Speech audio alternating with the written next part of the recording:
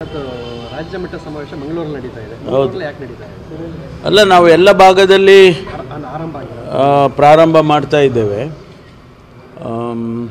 ಮೊದಲನೇದಾಗಿ ಇಲ್ಲಿ ಈ ಭಾಗದಲ್ಲಿ ಕರಾವಳಿ ಪ್ರದೇಶದಲ್ಲಿ ಒಂದು ಸಮಾವೇಶ ಮಾಡಬೇಕು ಅಂತೇಳಿ ನಮ್ಮ ಅಧ್ಯಕ್ಷರು ತೀರ್ಮಾನ ಮಾಡಿ ಇಲ್ಲಿ ಪ್ರಾರಂಭ ಮಾಡಿದ್ದೇವೆ. ಮುಂದೆ ಬೆಳಗಾಂ ಡಿವಿಷನಲ್ಲಿ, ಗುಲ್ಬರ್ಗಾ ಡಿವಿಷನಲ್ಲಿ, ಬೆಂಗಳೂರು ಡಿವಿಷನಲ್ಲಿ ಅಲ್ಲೆಲ್ಲ ಸಮಾವೇಶಗಳು ಮಾಡ್ತೀವಿ. ಚುನಾವಣೆ ಪ್ರಾರಂಭ ಅಲ್ಲ, ಲೋಕಸಭಾ ಚುನಾವಣೆ ಪ್ರಾರಂಭ, ಅದಕ್ಕೆ ತಯಾರಿ ಮಾಡ್ಕೊಳ್ಬೇಕಲ್ಲ.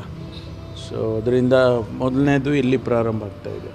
ಕೆ ಶಿವಕುಮಾರ್ ಅವರು ಮಾತಾಡಿದ್ರು, ಅಂದರೆ ಇಲ್ಲಿ ಧರ್ಮ ರಾಜಕಾರಣ ಆಗ್ತಾ ಇದೆ, BJP ಅದರಲ್ಲೇ ಮಾಡ್ತಾ ಇದೆ, ಅಭಿವೃದ್ಧಿ ಮಾಡ್ತಾ ಇಲ್ಲ ಅಂತಂದರೆ ಹಿಂದುತ್ವದ ಹೆಸರಲ್ಲಿ ಅವರು ಅಂದರೆ ಗೆಲ್ತಾ ಇದ್ದಾರೆ. ಕಾಂಗ್ರೆಸ್ಗೆ ಇಲ್ಲಿ ಗೆಲ್ಲುವ ಸಾಧ್ಯ ಅಲ್ಲ. ನಮ್ಮ ಅಭಿಲಾಷೆ ಕೂಡ ರಾಜ್ಯದಲ್ಲಿ ಅಭಿವೃದ್ಧಿಯ ಬಗ್ಗೆ, ಜನಸಮುದಾಯದ ಅಭಿವೃದ್ಧಿಯ ಬಗ್ಗೆ, ಸಾರ್ವಜನಿಕ ಜೀವನದಲ್ಲಿ ಶಾಂತಿಯಿಂದ ಬಾಳ್ತಕ್ಕಂಥದ್ರ ಬಗ್ಗೆ ಹೆಚ್ಚು ನಾವು ಗಮನವನ್ನು ಹರಿಸ್ತೇವೆ. ಅದರ ಹೊರತುಪಡಿಸಿ ನೀವು ಪೋಷಕರಾಗಲು ಕಾಯುತ್ತಿದ್ದೀರಾ? ಚಿಂತಿಸದಿರಿ. ಓಯಾಸಿಸ್ ಫರ್ಟಿಲಿಟಿ 90,000 ದಂಪತಿಗಳ ಜೀವನದಲ್ಲಿ ಸಂತೋಷವನ್ನು ತಂದಿದೆ. 7825893601ಗೆ ಕರೆ ಮಾಡಿ. ಅತ್ಯದ್ಭುತ ರಿಯಾಯಿತಿ ಪಡೆಯಿರಿ ಹಾಗೂ ಎಲ್ಲರಿಗೂ ಗುಡ್ ನ್ಯೂಸ್ ಕೊಡಿ. ಧರ್ಮದ ಹೆಸರಿನಲ್ಲಿ, ಜಾತಿಗಳ ಹೆಸರಿನಲ್ಲಿ ರಾಜಕಾರಣ ಆಗಬಾರ್ದು ಅನ್ನೋದೇ ನಮ್ಮೆಲ್ಲರ ಅಭಿಲಾಷೆ. ಸಂವಿಧಾನದಲ್ಲಿ ಕೂಡ ಅದನ್ನೇ ಹೇಳಿದ್ದಾರೆ.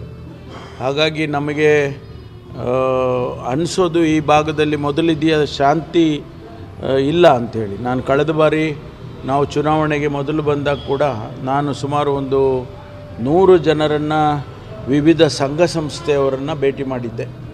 ಅವರು ಯಾರು ರಾಜಕೀಯದವರಲ್ಲ, ಅವರೆಲ್ಲ ಬೇರೆ ಬೇರೆ ಕ್ಷೇತ್ರಗಳಲ್ಲಿ ಕೆಲಸ ಮಾಡೋರು. ಅವರನ್ನು ಭೇಟಿ ಮಾಡಿದಾಗ ಅವರು ಭಾಳ ವಿಷಾದವನ್ನು ವ್ಯಕ್ತಪಡಿಸಿದರು ನನ್ನ ಹತ್ತಿರ.